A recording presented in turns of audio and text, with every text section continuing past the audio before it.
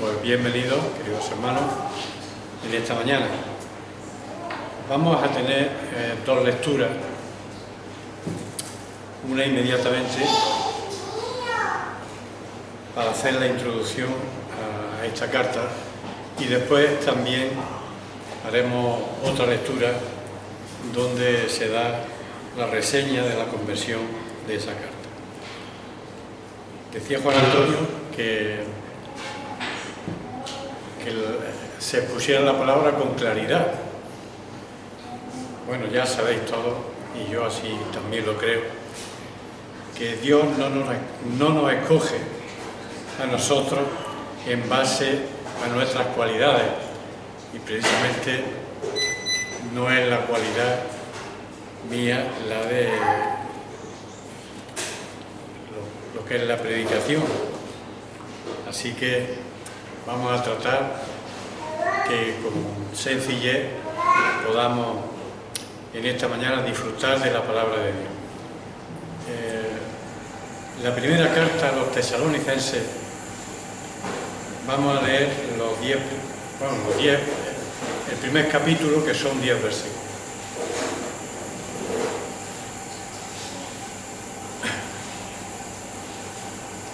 Dice: Pablo, Silvano y Timoteo, a la iglesia de los tesalonicenses, en Dios Padre y el Señor Jesucristo.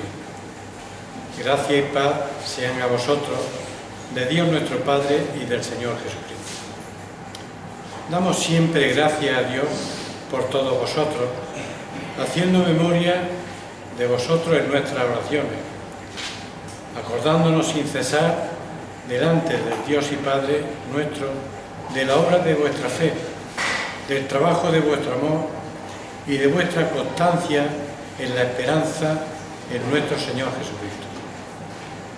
Porque conocemos, hermanos amados de Dios, vuestra elección, pues nuestro Evangelio no llegó a vosotros en palabras solamente, sino también en poder, en el Espíritu Santo y en plena certidumbre, como bien sabéis cuáles fuimos entre vosotros por amor a vosotros.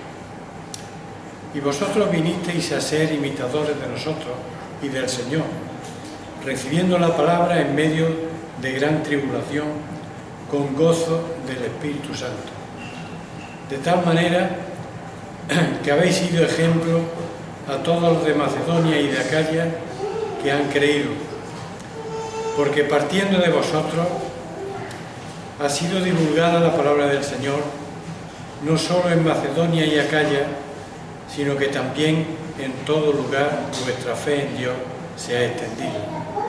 De modo que nosotros no tenemos necesidad de hablar nada, porque ellos mismos cuentan de nosotros la manera en que nos recibisteis y cómo os convertisteis de los ídolos a Dios, para servir al Dios vivo y verdadero, y esperar de los cielos a su Hijo, al cual resucitó de los muertos, a Jesús, quien nos libra de la ira venidera.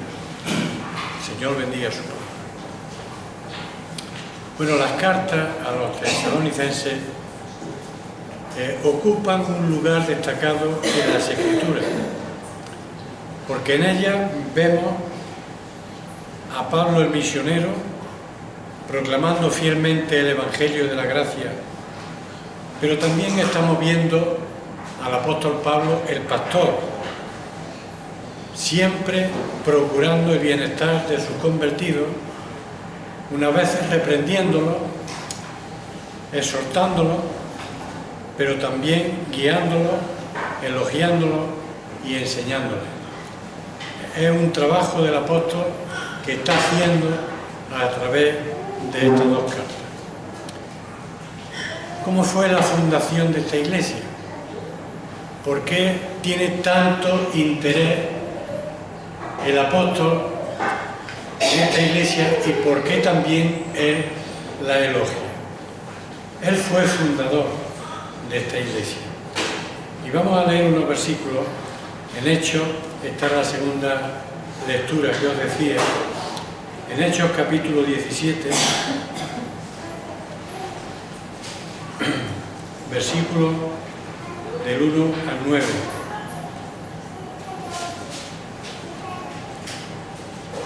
Estaba sucediendo el segundo viaje misionero del apóstol Pablo.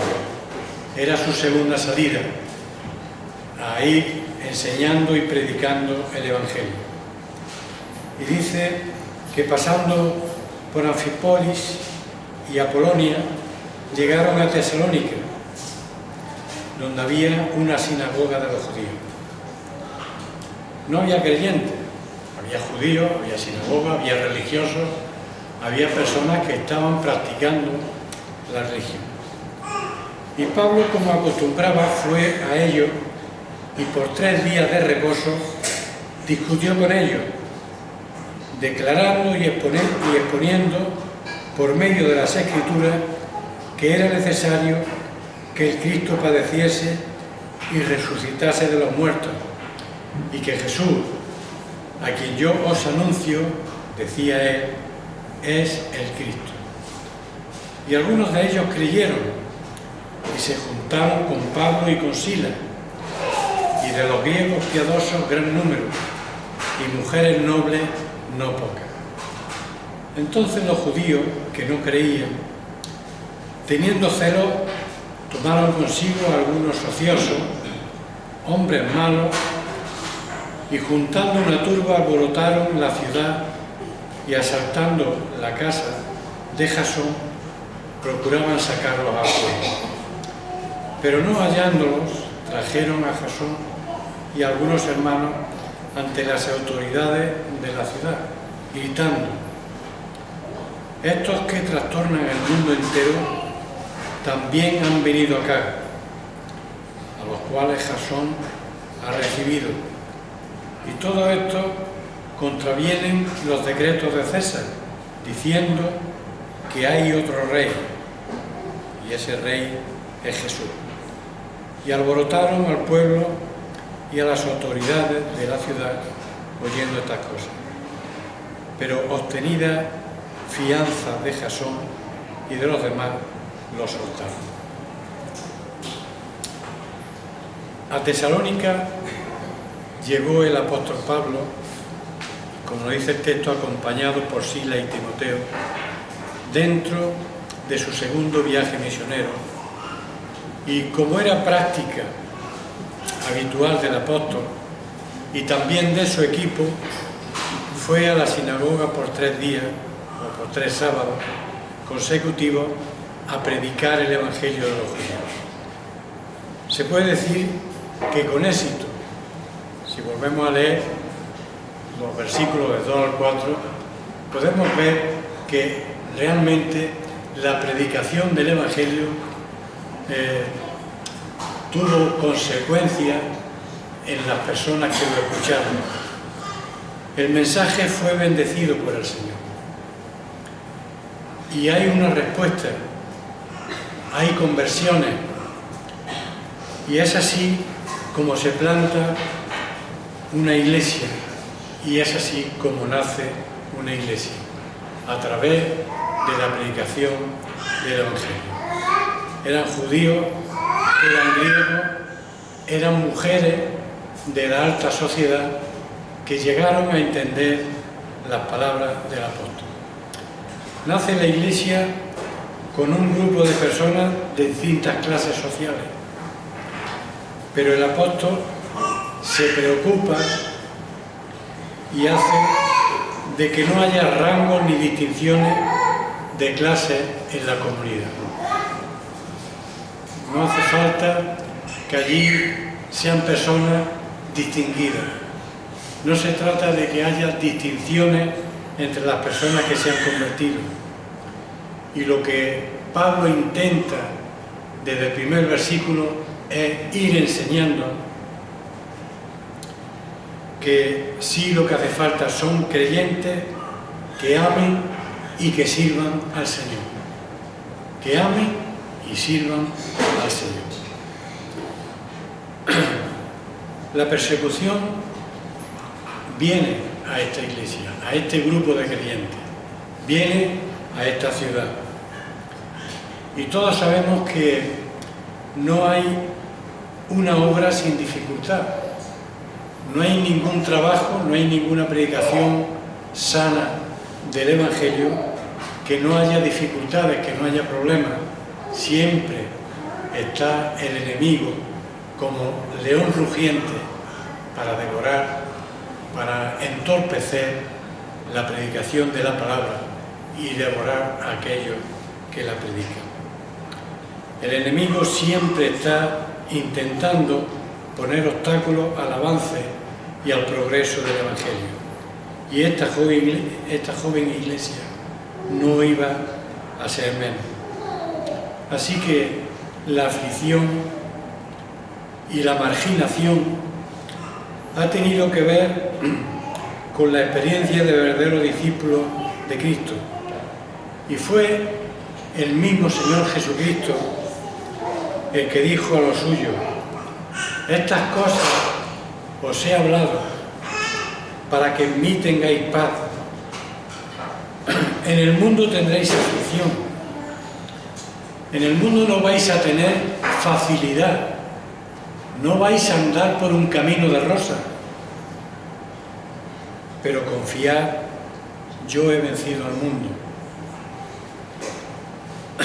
Pero la obra no era de Pablo, ni de Silas, ni de Timoteo. La obra era de Dios, y esa obra tenía que seguir adelante.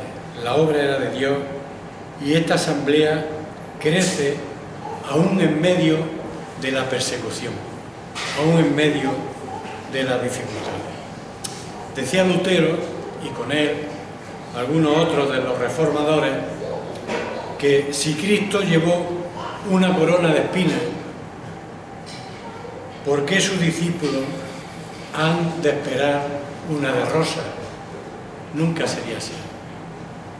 Si Cristo llevó una corona de espinas, los que le iban a seguir iban a tener dificultades también, iban a tener problemas, iban a ser encarcelados, iban a vivir sufriendo las consecuencias de vivir cerca del Señor y predicar su Evangelio. Y así nace la iglesia de Tesalónica, con la belleza, podríamos decir, con esa belleza de ver cómo el Evangelio es poder de Dios para salvación, es poder para cambiar y transformar personas, y que a pesar de las dificultades y a pesar de las persecuciones, la iglesia avanza, la iglesia no se queda estancada. Ahora, el propósito, cuando está escribiendo el apóstol a esta iglesia, que ha tenido el conocimiento y que ha vivido en sus carnes el principio, la vivencia de ver el crecimiento, pero también ver el sufrimiento de los creyentes, ahora le escribe con un enorme gozo, con una enorme satisfacción de ver que estos creyentes están siguiendo hacia adelante.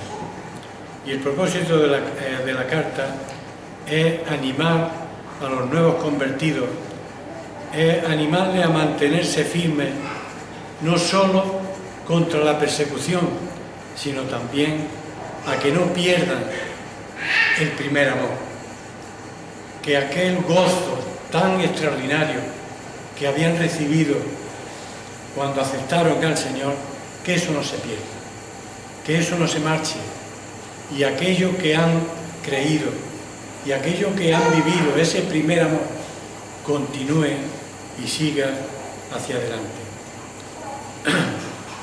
Esos nuevos convertidos firmes no solo contra la persona, sino que no pierdan, como digo, ese primer amor. Y que por la influencia de la ciudad, la influencia de las amistades, la influencia de los compañeros o de los amigos, vuelvan al estilo de vida pagano que habían llevado anteriormente.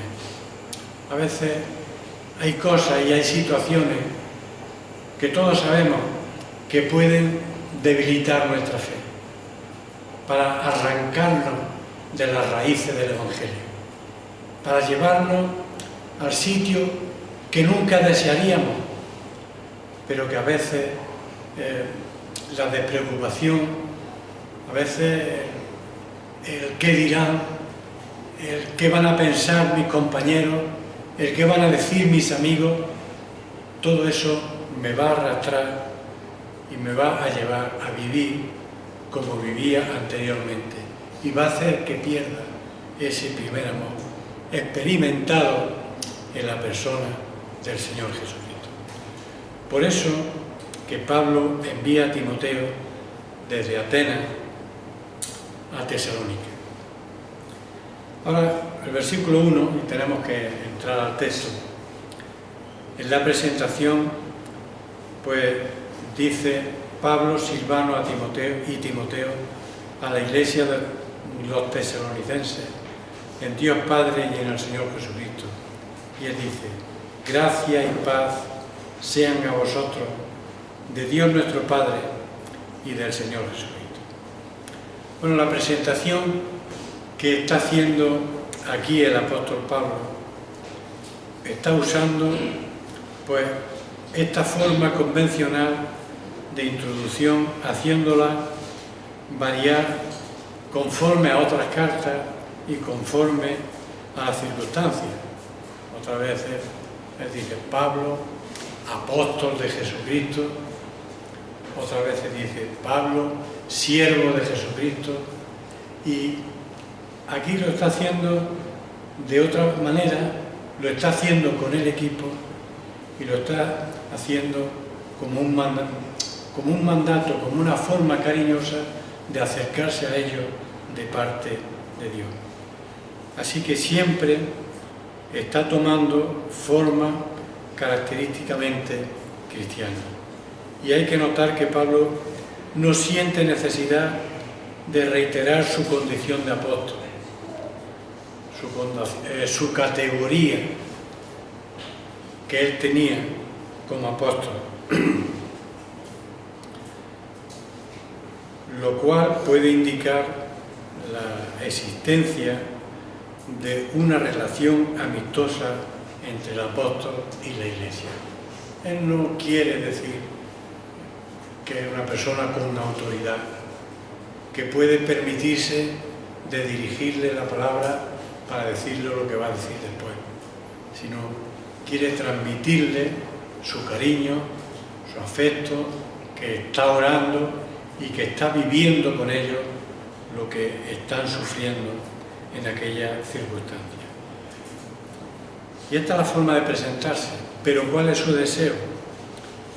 Dice en este mismo versículo,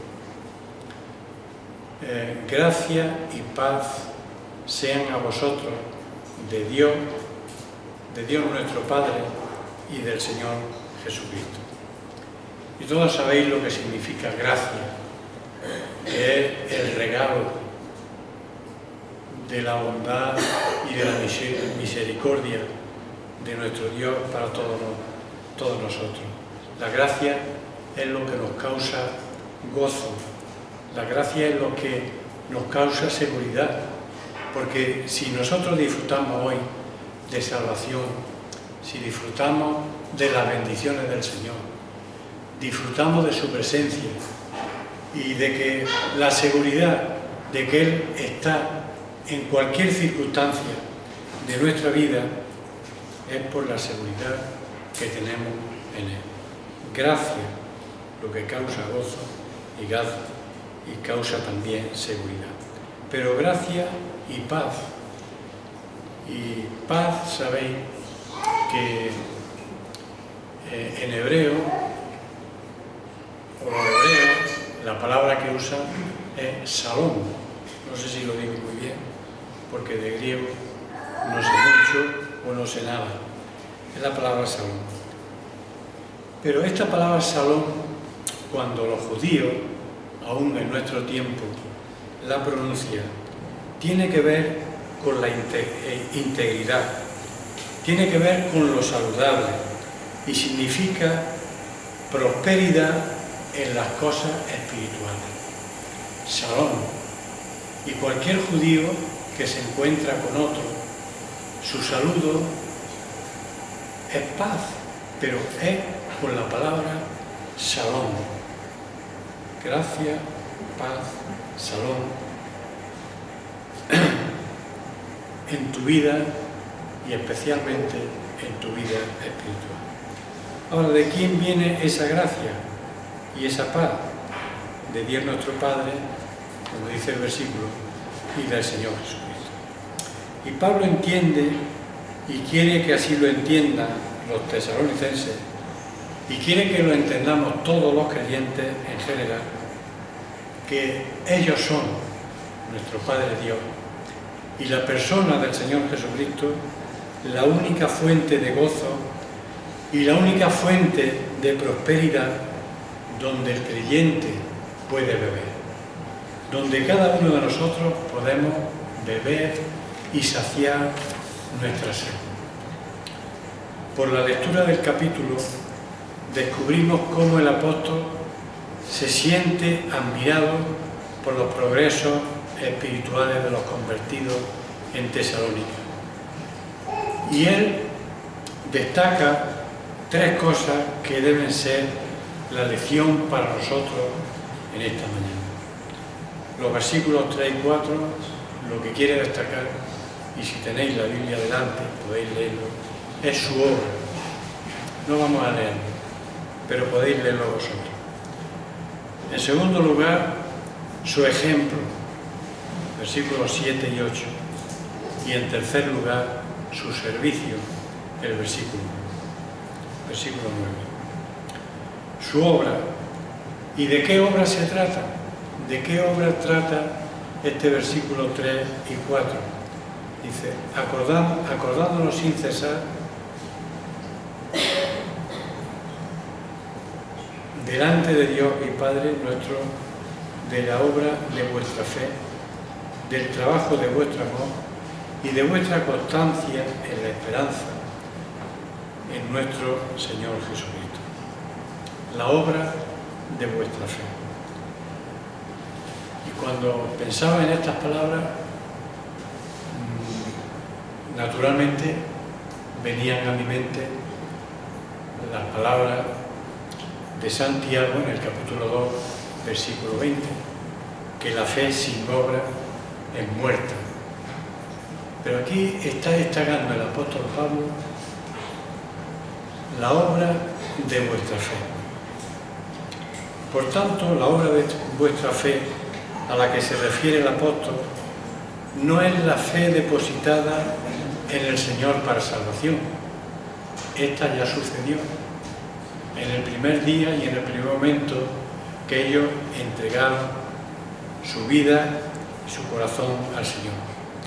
Pablo da gracias por la fe activa, la fe que trabaja, la fe que opera, la fe que nos hace mirar hacia arriba, que quita nuestra vista del suelo, de la dar profundidad y pone nuestros ojos siempre directamente en el Señor Jesucristo. Pone los ojos en Jesús. Y esa es la admiración del apóstol, la obra de vuestra fe, la obra que opera, la fe activa, la obra que naturalmente nos hace confiar cada día plenamente en el Señor y no confiar y depender de nuestras capacidades. En esto el apóstol Pablo escribe mucho y usa muchas expresiones como las que utiliza en Filipenses, en el capítulo 4, el versículo 13. Todo lo puedo en Cristo, que me fortalece. Francisco La Cueva, en una ocasión cuando él me estaba explicando esta carta, él decía, refiriéndose a este versículo, todo lo puedo en Cristo, pero decía, que me da el poder, no que me fortalece, como dice Pablo. Todo lo puedo en Cristo, que me da el poder. Pero también el apóstol está admirado, en este versículo 3, por el trabajo de vuestro amor. Y cuando el apóstol habla del trabajo de vuestro amor, no está pensando en una obra de misericordia hecha desinteresadamente, como por lo general entendemos esta expresión, que siempre es bueno, como decía nuestro hermano Juan Antonio, y si hacemos, ofrendamos y colaboramos, es para ayudar naturalmente a otras personas. Trabajar y colaborar desinteresadamente, como por general entendemos esta expresión. La palabra que se usa aquí es otra palabra, copos, y denota el trabajo laborioso que trae a nuestra mente la idea incesante de penuria soportada por causa del amor, el trabajo de vuestro amor. Y es verdad que a veces, por tratar las cosas con amor, por actuar con amor, actuar con el amor de nuestro Dios, pues puede haber penuria, se pueden soportar estrecheces, se pueden soportar dificultades, precisamente por causa del amor. Creo que cuando el amor de Dios llega al hombre, somos enfrentados, somos todos nosotros retados a un desafío que no se puede ignorar. ¿Recordáis el capítulo 13 de 1 de Corintios? Que dice, a partir del versículo 4, el amor es sufrido, es benigno, el amor no tiene envidia, el amor no es jactancioso, no se envanece, no hace nada indebido, no busca lo suyo, no se irrita, no guarda rencor, no se goza de la injusticia, mas se goza de la verdad. Y el versículo 7, todo lo sufre, todo lo cree, todo lo espera, todo lo soporta. El amor nunca deja de ser. Y nosotros, cuando podemos ver que nuestro Dios es amor, que Dios ama como parte de su propia naturaleza, que Dios ama hasta llegar a la cruz, porque Dios estaba en Cristo, justificando al mundo. Y Dios estaba con él en el sufrimiento, y Dios estaba en el dolor. Entonces el hombre tiene que tomar una decisión. O bien cede al divino ágape, al divino amor, para ser transformado por este amor de Dios, para ser rehecho conforme a la imagen divina, y ver a los hombres en la manera en que Dios los ve. O bien se niega a ceder, se cierra al amor y con ello cava su propia tumba como creyente. Y entonces se está produciendo en cada uno de los que actúan así una vida sin poder y una vida sin fruto en ningún campo. La gran meta del creyente no debe ser el conocimiento del amor. Nunca debe ser que sabemos muchas cosas sobre el amor y podemos recitar versículos de memoria sobre el amor de Dios. No debe ser el conocimiento del amor, sino la práctica activa del mismo. Pablo da gracias a Dios por el trabajo de amor de los tesalonicenses.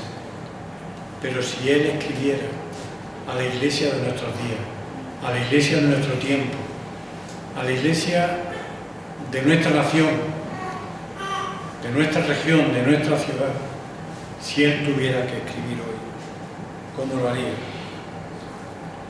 El trabajo de nuestro amor.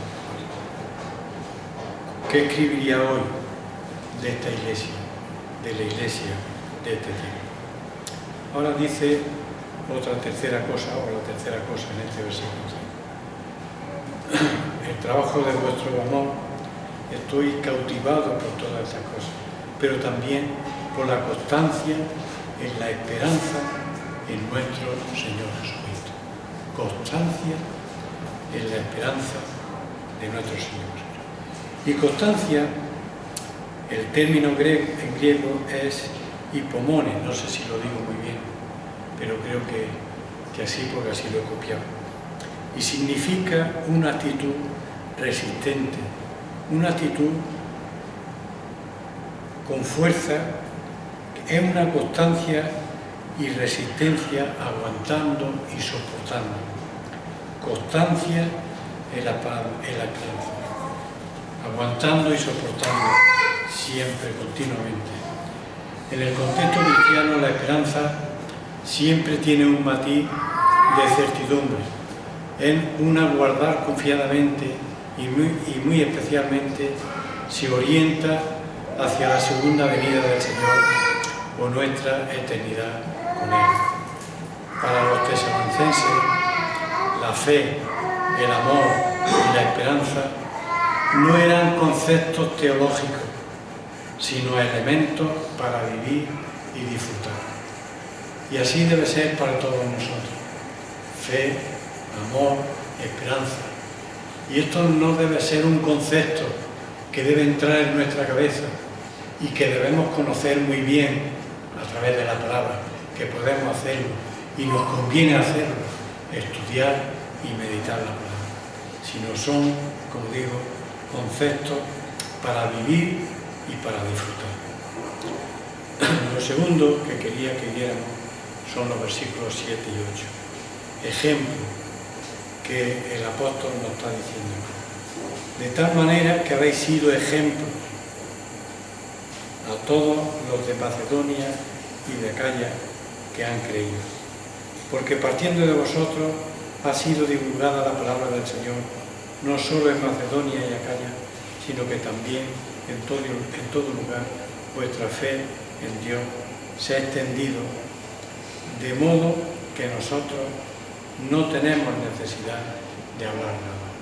¡Qué versículo más interesante! Fijaos el testimonio de esta iglesia. ¡Qué ejemplo estaban dando! Que ahora casi no era necesario llegar a la sinagoga, el apóstol Pablo, para predicar el Evangelio. Era su testimonio, el cambio de vida que se estaba operando en estas personas, el que realmente estaba predicando el Evangelio, estaba enseñando el Evangelio. Y cuántas veces nos hemos dicho que nuestra vida debería ser una Biblia abierta, que nuestra vida debería ser la que predicara el Evangelio, nuestra forma de actuar, nuestra forma de vivir, nuestra forma de hacer las cosas deberían ser las que tenían que estar predicando el Evangelio. El trabajo y testimonio de los tesalonicenses llegó a llamar la atención en toda Grecia y su ejemplo, como está diciendo el apóstol, estaba sirviendo para ayudar y animar a otros a seguir al Señor. ¿Y cuánto tenemos que aprender nosotros de esta iglesia? ¿Cuánto tenemos que aprender de ello? Ejemplo, y tal como aquí se usa, es la traducción de la palabra griega tipo, modelo, que originalmente significaba señal. Figura formada por un golpe o una impresión dejada por un sello. ¿Recordáis aquellas palabras que se produjeron en el aposento alto cuando el Señor se apareció a sus discípulos? Había un discípulo que no creía y él decía que él tenía que ver las señales en las manos del Señor o en sus pies para poder creer. Y fijaos lo que dice ese gran versículo, versículo 20, versículo 25. Le dijeron pues los otros discípulos: al Señor hemos visto. Él les dijo: si no hubiere en sus manos la señal de los clavos y metiere mi dedo en el lugar de los clavos, metiere mi mano en su costado, no creeré. ¿Y qué pasó? Que efectivamente él tuvo que ver aquella señal, tuvo que tocar la señal, tuvo que ver lo que ocurría en sus manos, que estaban horadadas, que estaban agujereadas, y tuvo que meter su dedo para poder creer. Señal. Necesitaba esta señal, tipo, modelo, figura formada por un golpe, por una impresión dejada por un sello. Y aquí el ejemplo o señal está haciendo dos funciones. Está diciendo que somos propiedad de Dios, que no nos pertenecemos, que tenemos un dueño, y esa señal dice quién es nuestro dueño. Y recordáis aquellas palabras, o aquellas, sí son palabras del mismo apóstol Pablo a la iglesia de los Efesios, en la que él dice en 1:13, en la que fuisteis sellados, está hablando de un sello, de tipo, de una marca, de una señal, en la que fuisteis sellados, en él también vosotros, habiendo oído la palabra de verdad, el evangelio de vuestra salvación, y habiendo creído en él, fuisteis sellados con el Espíritu Santo de la promesa. Y este es nuestro sello de posesión de él. Y tiene que verse en nosotros esa señal, tiene que manifestarse en cada uno de nosotros, que diga que somos del Señor y somos modelos para otros. Nosotros, o ha citado nuestro hermano un versículo en Romanos capítulo 14, tan extraordinario, capítulo 14, versículo 8. Sea que vivamos o sea que muramos, ¿de quién somos? Somos del Señor. Sea que muramos, sea que vivamos, somos del Señor, somos del Señor. Y esto lo dice el apóstol Pablo, pero también debe decirlo nuestro testimonio, ese sello que cada uno llevamos en nuestra vida. Somos del Señor. También está cumpliendo esa función de la Iglesia de ser luz para el mundo, de ser ese faro que dice de nuestra situación, que dice el faro, que habla de la situación en la que estamos cada uno. ¿Dónde está? ¿Y qué te orienta o te señala el camino hacia dónde debes ir? Somos la luz del mundo. Naturalmente llevamos un sello y también somos la luz del mundo. Una iglesia que elogió excepcionalmente el apóstol Pablo. Fueron ejemplo, una iglesia digna de aprender de ella, ya que llegó a ser base para la extensión del Evangelio. El apóstol no dice que ellos habían hecho grandes manifestaciones públicas, ni grandes campañas de evangelización para la divulgación del Evangelio, actos que en ocasiones se desdicen porque no van acompañados de un buen testimonio. Podemos hacer grandes campañas, podemos predicar desde cualquier sitio, de cualquier atalaya, pero queridos hermanos, si eso no va acompañado de una señal de verdad, si no hay una confirmación del Espíritu Santo en nuestra vida, si no hay una señal o un faro que esté alumbrando este mundo, no sirve de nada. Fueron ejemplos y es necesario que sea así. Será vuestro ejemplo, será nuestro ejemplo, será nuestro testimonio. Es lo que ha servido para divulgar la palabra del Señor, lo que ha servido, pero lo que también tiene que servir en este momento para divulgar la palabra del Señor, el testimonio de la Iglesia, lo que somos cada uno de nosotros. De tal manera que habéis sido ejemplo a todos los de Macedonia y Acaya que han creído, porque partiendo de vosotros ha sido divulgada la palabra del Señor. Qué extraordinario, ¿verdad? Esto es así. Somos ejemplo nosotros. Somos ejemplo en estos momentos, la Iglesia del Señor, en nuestra sociedad, en nuestra ciudad. Somos el faro que orienta, somos el faro que da luz y que va dirigiendo a la nave perdida. Somos ejemplo para otras iglesias. El Señor nos llama a ello. Y también nos habla de su servicio en los versículos 9 y 10, y ya con ello terminamos. Dice, porque ellos mismos cuentan de nosotros la manera en que nos recibiste y cómo convertiste de los ídolos a Dios para servir al Dios vivo y verdadero y esperar de los cielos a su Hijo, al cual resucitó de los muertos, a Jesús, quien nos libra de la ira venidera.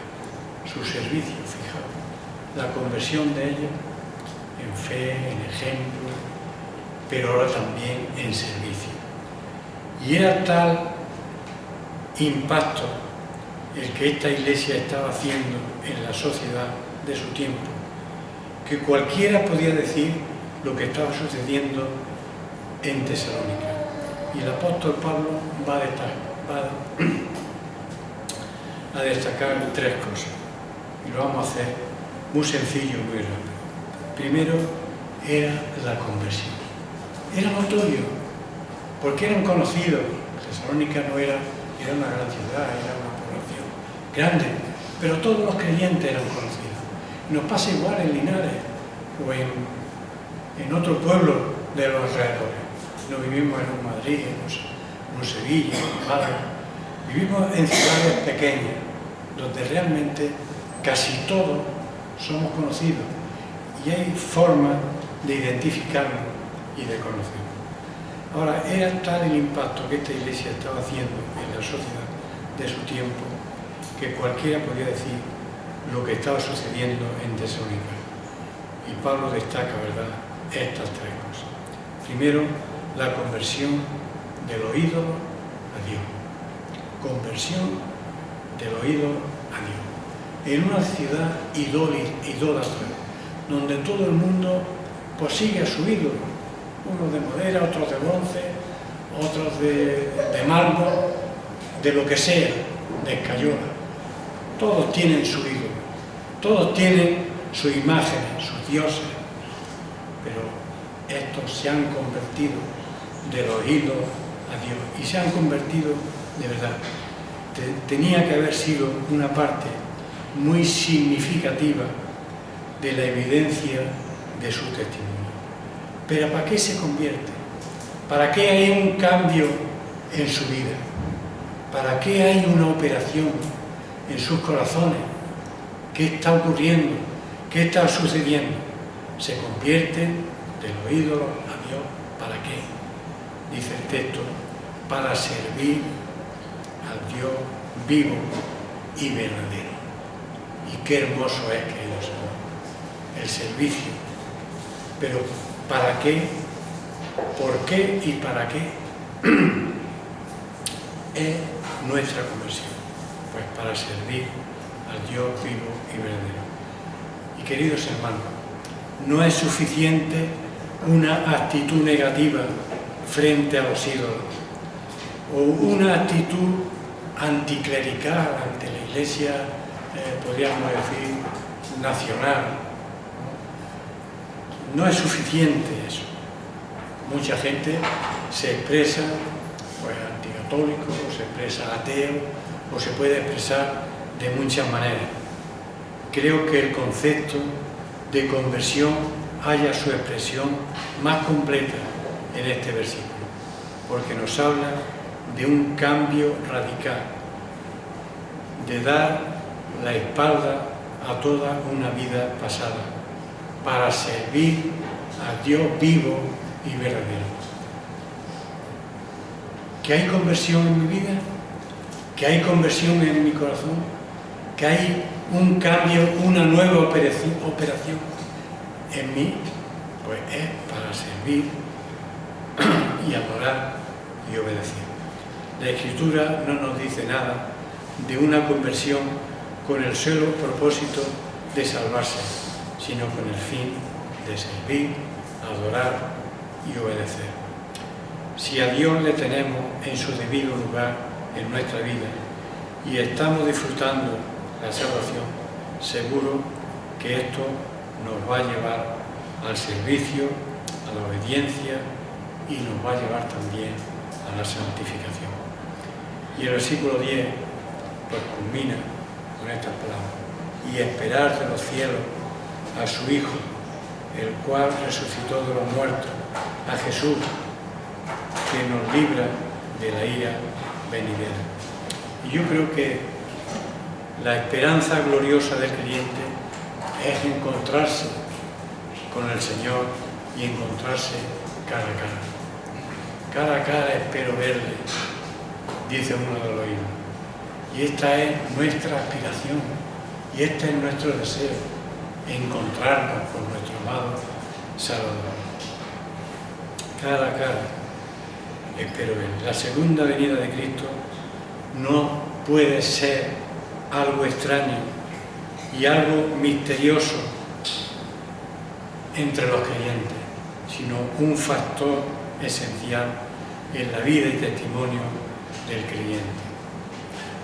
Hace unos domingos, no sé cuánto, ahora mismo, pero Samuel nos explicaba en el capítulo 1 de los Hechos, en el versículo 11, que aquellos personas, aquellos varones que se aparecen a sus discípulos en la ascensión del Señor, dicen, pues sí, lo estáis viendo marcharse, pero a este mismo Jesús, lo mismo que le estáis viendo marcharse, Él volverá, Él vendrá y volverá a estar con nosotros. Así que desde la ascensión del Señor, los discípulos vivieron expectantes, esperando al Maestro. Es por eso que la vida del creyente se concreta en ese ardiente deseo de encontrarse y ver cara a cara a su amado Señor, y además verle triunfante y verle glorioso.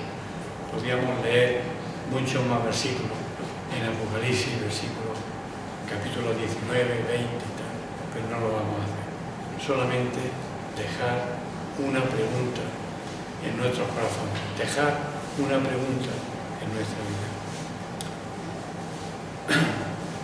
Que evidentemente no queremos ser una iglesia que vuelva atrás.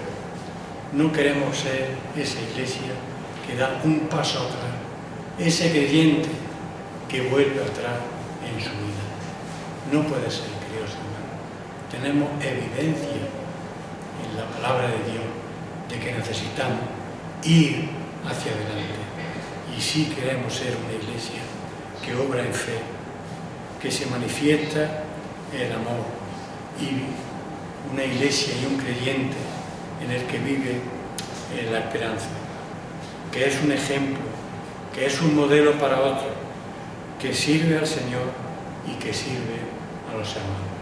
Que el Señor bendiga su palabra, Él la grave en nuestros corazones y nos ayude a vivir y a disfrutar en esa esperanza gloriosa que tenemos en el Señor Jesucristo. Vamos a ver. Señor, te damos gracias, porque hay momentos de dificultad, hay momentos de sufrimiento, hay persecución, hay momentos de tristeza en nuestra vida, hay enfermedades, hay situaciones muy tristes que tenemos o por las que tenemos que atravesar. Que, como diría el salmista, aunque ande en valle de sombra, no temeré mal alguno, porque tú estarás conmigo. Gracias, Dios nuestro, por tus promesas, que son fieles, que son verdaderas, y deseamos que esta palabra nos ayude, nos anime a andar de verdad en tu camino, que nos ayude a andar en sinceridad, nos ayude a andar en fe, en amor, en esperanza, en gozo, y que podamos manifestarlo y ser luz para otros, para que vengan a Cristo. Te lo rogamos y te lo pedimos en el nombre del Señor Jesucristo.